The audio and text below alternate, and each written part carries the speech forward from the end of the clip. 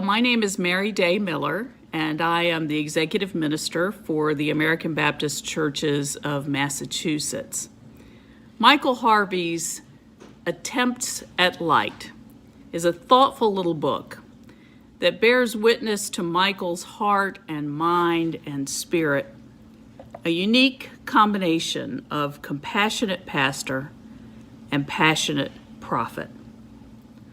I would like to share with you a passage that spoke to me and to the struggle we all face to keep the things of God first in our lives. This one is in his section of essays and other writings entitled The Christian's Secret to a Happy Life. He fleshes out a quote from Rudolf Bultmann. The question is whether a person really desires God and God's reign, or the world and its goods. He begins by talking about all of the temptations that we face to find our happiness in material things, in wealth, in objects, even in food. And then he says this, "But I easily fell for his temptation, because my heart wanted the things of the world, not the things of God. Many times since I have fallen for the devil's line that the world and its goods bring happiness. I have fallen for it, even though experience tells me that it is wrong.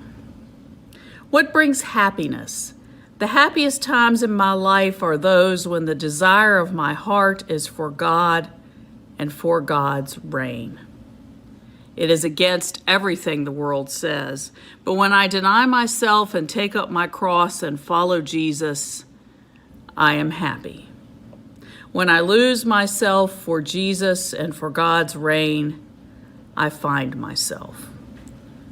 But when I seek to gain the world and its goods, I lose my own soul." The beauty of this essay is in its simplicity and authenticity. He identifies the struggle that we all face.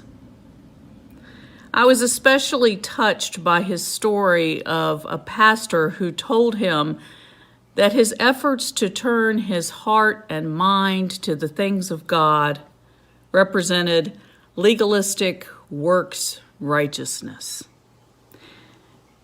He shares that I fell easily for his temptation because my heart wanted the things of the world, not the things of God.